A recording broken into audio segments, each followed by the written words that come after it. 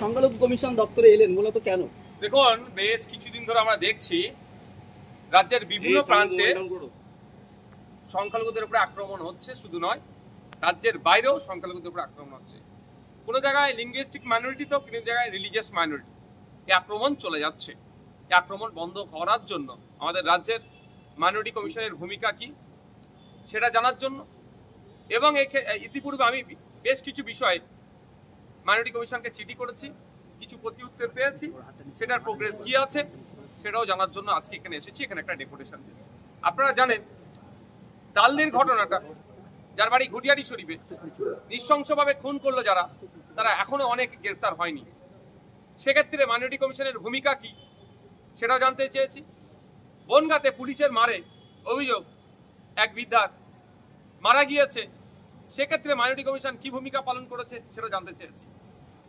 মালদা থেকে, মালদার বাড়ি ভিন্ন রাজ্যে কাজে গিয়েছিল উড়িষ্যাতে, শুধু কথা বলার জন্য আর লিঙ্গুইস্টিক মাইনরিটি হওয়ার জন্য বিনয় বেসরা সম্ভবত, তাকেও মারধর করা হয়েছে।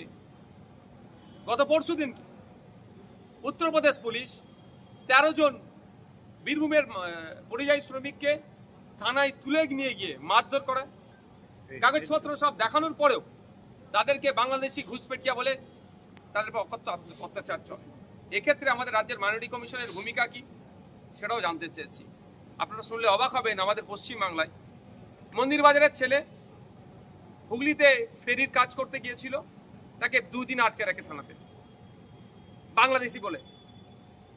বৈধ কাগজপত্র দেখানোর পরেও তাকে ছাড়েনি। যখন খবর পাই এর মধ্যে আমি ইনভলভ হয়েছি, কোর্ট, তার পরিবার যখন থানায় এসেছে বলেছে কোর্ট থেকে তোমরা যাও, কোর্টে বুঝে নেবে।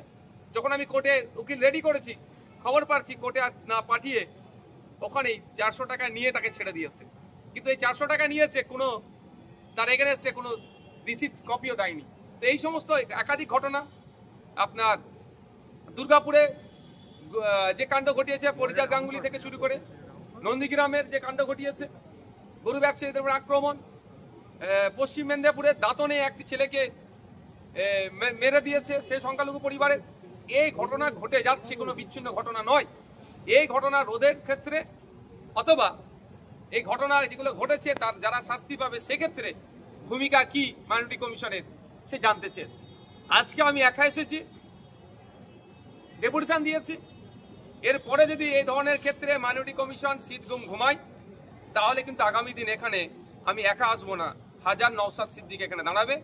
প্রয়োজনে যদি মাইনরিটি কমিশনের কাজ যদি ফাংশন ঠিকঠাক না হয়, তাহলে এই অফিস তুলে দেওয়া দরকার, এই অফিস বন্ধ করে দেওয়া দরকার, তালা লাগিয়ে দিয়ে চলে যাওয়া দরকার।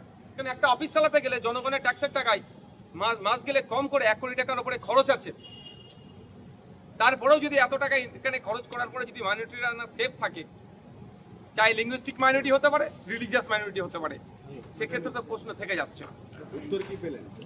মাইনরিটি কমিশনের চেয়ারম্যান স্যার ছিলেন, সেক্রেটারিয়েট 2 জন মেম্বার ছিলেন, তারা যথেষ্ট বিষয়গুলো নিয়ে ভাবছেন, কিছু কিছু তিনারা কাজ করেছেন। আমি প্রশ্ন করেছি তাদেরকে, আপনারা সুমোটো করছেন না কেন?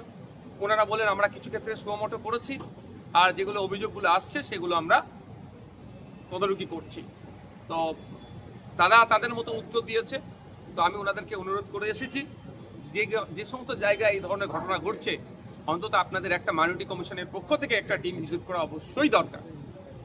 তারা এটাতে এগ্রি হয়েছে, তারা জানিয়েছেন এই ধরনের ঘটনা যে আর ঘটে তার জন্য ব্যবস্থা নেওয়ার জন্য তাদের যে সর্বোচ্চ লেখার জায়গায় জানানোর জায়গায় সেখানে জানাবেন। যে যে ডিস্ট্রিক্টগুলোতে এগুলো হচ্ছে সেই ডিস্ট্রিক্টে যারা অধিকর্তা আছেন তাদেরকে জানাবেন, এবং সাথে সাথে যেগুলো যে জায়গায় এইগুলো ঘটনা ঘটেছে সেগুলো যাতে ভিজিট করে তার ব্যবস্থা করবেন। শীত লাগু হচ্ছে, এখনো পর্যন্ত লাস্ট স্টেপের প্রক্রিয়া চলছে, অক্টোবর থেকে সম্পূর্ণ এসআইআর লাগু হবে।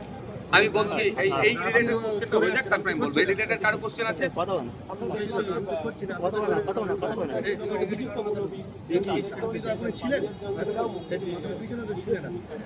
এক্ষেত্রে তো প্রশ্ন থেকে যাচ্ছে, এমন ভাবে কেস সাজাচ্ছে যে সহজেই বেল পেয়ে যাবে। আর শামশেরগঞ্জের ওয়াকফ সংশোধনী আইনকে কেন্দ্র করে একটা অশান্তি তৈরি হচ্ছিল। আমরা চাই যারা অশান্তি করেছে তাদের না জেলের বাইরে বার হয়, তাদের সর্বোচ্চ শাস্তি দেওয়া হোক, সেখানে কোনো কনসিডার নাই। কিন্তু অনেক নিরীহ মানুষকে শুধু ব্যালেন্স করতে গিয়ে হিন্দু সমাজের মানুষ অনেক নিরীহ আছে, মুসলিম সমাজের মানুষ অনেক নিরীহ আছে, শুধু এই ব্যালেন্স করতে গিয়ে অনেক নিরীহ মানুষকে ধরে এখনো পর্যন্ত জেলের মধ্যে আটকে রেখেছে। এই দ্বিচারিতা বন্ধ। বিজেপির ক্ষেত্রে বেল হয়ে যাচ্ছে, আর নিরীহ সাধারণ মানুষের ক্ষেত্রে কেন জেল, এর বিরোধিতা আমরা করছি। এই বিষয়টাও এখানে উত্থাপন করছি যে এগুলো মেনে নেওয়া যায় না। এই যে যেখানে সক্রিয় হওয়া দরকার সেখানে নিষ্ক্রিয়, আর যাদের ক্ষেত্রে নমনীয় হওয়া দরকার সেখানে অতি সক্রিয়, এই টু টাইপ অফ ফেস মেনে নেওয়া যায় না। এটা বন্ধ করতে হবে। বাঁকুড়ার একজন যে সরকারের তো মানে ভূমিকাটা কি দীর্ঘদিন ধরেই তো এই অত্যাচার চলছে সংখ্যালঘুদের বিভিন্ন জায়গায়, তাহলে সংখ্যালঘুদের সরকার চলছে। দেখুন, আজকে এখানে মাইনরিটি কমিশনের কাছে এসেছি। 6টা ধর্মীয়ভাবে যারা সংখ্যালঘু তাদের সুখ দুঃখে পাশে থাকার জন্য এই কমিশন তৈরি হয়েছে, এবং 7টি লিঙ্গুইস্টিক মাইনরিটি যারা তাদের সুখে দুঃখে পাশে থাকার জন্য তৈরি হচ্ছে। কিন্তু সেই মতো পারফর্ম করছে না বলেই আজকে আমরা ছুটে এসেছি। ছুটে এসে তাদের ডিউটিটাকে আরেকটু করে আমরা এখন মানে রিমাইন্ডার দিয়ে যাচ্ছি। যদি ডিউটি ঠিকঠাক না হয় পরের দিনে আসবো, আমরা ভিড় করে আসবো, তখন একা নওশাদ সিদ্দিকী আসবে না, 1000 নওশাদ সিদ্দিকী আসবে, তখন জবাব আরো ভালো করে নেবো। তবে আশা করছি পজিটিভ কাজ করবেন, শীত ঘুম ইনাদের ভাঙবে, যে সংখ্যালঘুদের উপরে যেভাবে অত্যাচার হচ্ছে সেগুলো না হয়, এবং যারা অত্যাচার করছে যাতে সর্বোচ্চ শাস্তি পায় তার ব্যবস্থা করবে।